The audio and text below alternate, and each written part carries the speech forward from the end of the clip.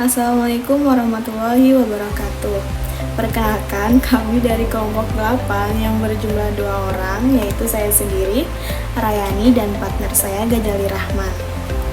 Jadi, pada video kali ini, kami akan membahas tentang sistem komunikasi sebagai sistem komunikasi politik.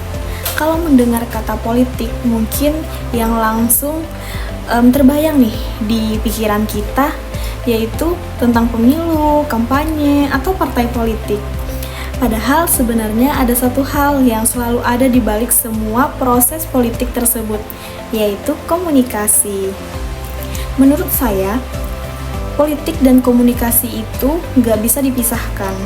Dalam dunia politik, komunikasi bukan cuma digunakan untuk menyampaikan sebuah informasi, tetapi juga untuk membangun kepercayaan masyarakat, menjelaskan kebijakan, bahkan memengaruhi cara masyarakat memandang sebuah isu. Kalau dipikir-pikir, sebuah kebijakan yang sebenarnya baik belum tentu diterima masyarakat kalau cara penyampaiannya kurang tepat. Sebaliknya, jika kebijakan yang biasa saja bisa mendapat dukungan besar ketika dikomunikasikan dengan baik. Karena itu, komunikasi menjadi bagian penting dalam sistem politik. Selain itu, komunikasi juga bisa menjadi alat kekuasaan.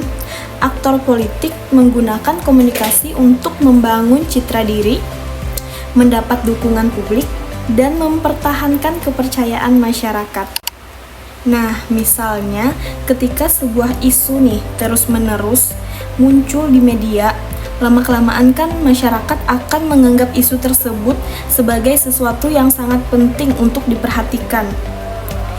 Dari sini kita bisa melihat bahwa media memiliki pengaruh yang cukup besar dalam membentuk opini publik.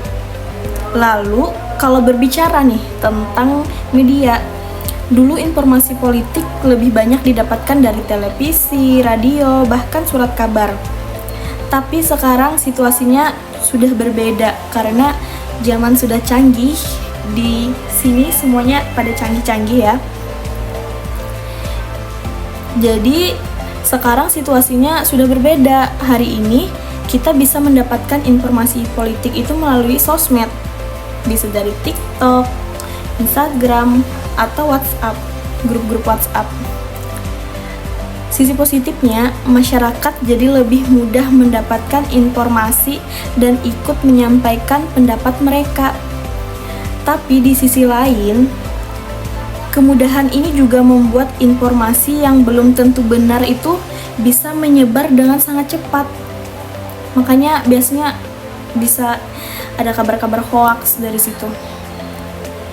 Karena itu, menurut saya, masyarakat sekarang dituntut untuk lebih kritis dalam menyaring sebuah informasi. Jadi, jangan sampai kita langsung percaya nih, hanya karena sebuah informasi ramai dibicarakan atau sering muncul di media sosial. Jadi, mungkin itu saja yang saya sampaikan dan akan dilanjutkan oleh partner saya, Gajali Rahman. Baik, saya akan melanjutkan penjelasan dari saudari Rayani, rekan saya. Komunikasi juga berfungsi sebagai jembatan antara pemerintah dan masyarakat. Melalui komunikasi, pemerintah dapat menjelaskan kebijakan yang dibuat, sementara masyarakat dapat menyampaikan kritik, saran, dan aspirasi mereka. Kalau komunikasi berjalan dengan baik, masyarakat akan lebih memahami kebijakan yang dibuat pemerintah. Sebaliknya, komunikasi yang kurang efektif bisa menimbulkan kesalahpahaman dan menurunkan kepercayaan publik. Selain itu, media juga memiliki peran penting dalam demokrasi.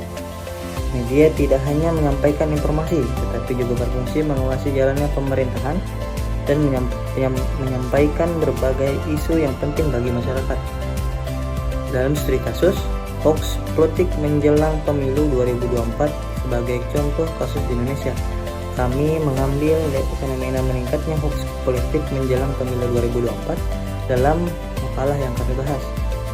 Disebutkan bahwa pada tahun 2023 ditemukan sekitar 2.330